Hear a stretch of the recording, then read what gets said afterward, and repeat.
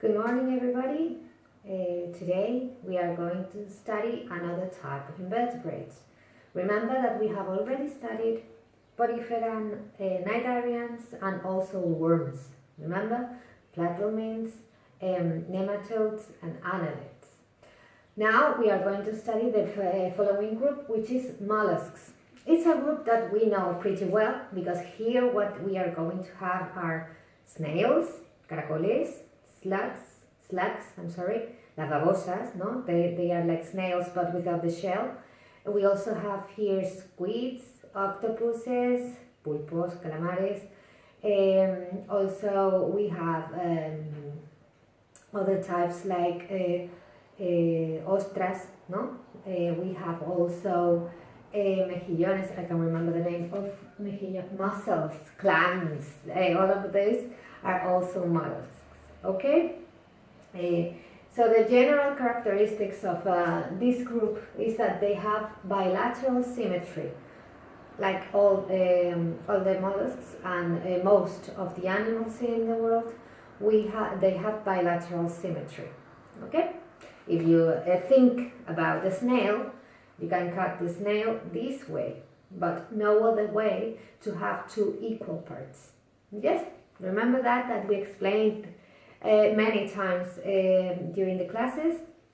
That's it. If not, you ask me, okay? They have a soft body. They have no segments. Remember that we studied in the worms that they have segments. The annelids have metameres. Yeah, they don't. These ones, they don't have any segment. Okay, and the body is going to be divided in three different parts. The head, that has sensory organs, and they have the mouth, they have eyes as to see, and they have tentacles, some of them. Then we have the visceral mass, which is all the organs, the reproductive, circulatory organs, all these type of organs, they are inside the visceral mass, and they have like a little envelope, like a cover, to protect this visceral mass that is going to be called mantle. Okay, this visceral mass is going to be also protected by a shell. Remember snails? The shell of a snail, that is for protection. And then we have a foot. The foot is going to have different functions because some of them we are going to use it for moving, to hunt, for many things. Okay? Usually the majority of them are going to be aquatic, but some of them can be terrestrials. We have talked about snails and slugs, caracoles y babosas. They have to live with water, damp places, con humedad. They need damp places, humidity. We have three big groups.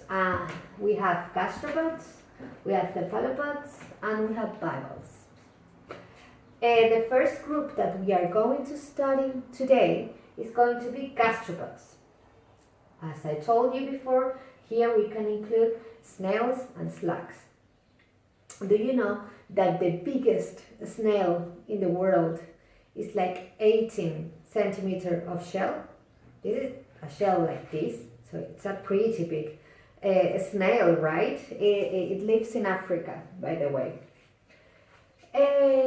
This is the type of mollusks with more species. They can be aquatic and terrestrial, as you could see, because you can find slugs and snails inside the sea. No? They are marine ones. Parts of the body. I want to let you see the whole diagram. We are going to divide the body in these three parts. The shell is going to have a very special shape. It's a spiral shape. No, remember the shape of the shell of a snail is something like this, right? This is a spiral shape. Okay. And inside the shell, the animal can put the whole body, and the shell is quite hard to break, so it's for protection, no? It's a soft animal, so it needs protection, and the shell is perfect for that. So the whole animal, including the foot, is going to be inside the shell. I'm sure that some of you have had a snail on the hand and has tried to, I hope not, but you try to touch it, and always with the tentacles and everything, it gets inside the shell. Then we have the head. The head is going to have 2 pairs of tentacles, so 4 in total. Dos pares son 4, right? So 2 pairs of tentacles. One of these pairs is going to be for touching and smell. So they are going to touch and smell by these tentacles. And the other one is going to be for the sight, right? Vision, para ver. Then they have a mouth, and they have something special in the mouth. They have a tongue, but it's a very special tongue, because the teeth, they are going to be over that tongue. So you have the tongue, and the teeth are going to be located here. This is going to be called radula. Okay, I have it here.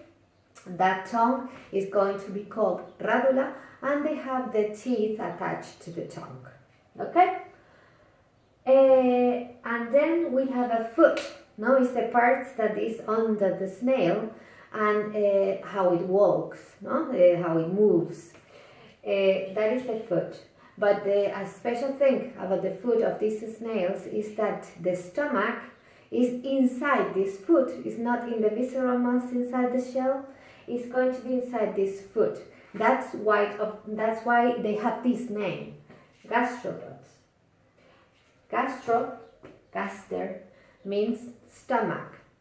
When we say that we are doing our digestion, we say that our stomach secretes gastric juices, jugos gástricos, no? Remember that? So, gastric means stomach. Gaster, stomach. Podo is foot, pie, in Latin. Okay? So, the meaning of the whole name is stomach feet. No? They have the stomach inside their foot. Okay? By the way, if you want to look for it, the species of this huge snail is Achatina achatina. It's quite amazing to see. Another fun fact about snails is that, for example, they can be carnivores. They can eat other types of snails, or even their own descendants. You wouldn't never think about a snail like this way, no, like a savage. No, they can eat other type of snails, so they could be hunters. So this is all about it today. I think that we have enough information here to process and to study. So next week we will continue with the following part of molluscs. That will be bivalves and cephalopods. Okay, but for now, I think it's enough. Have a nice study.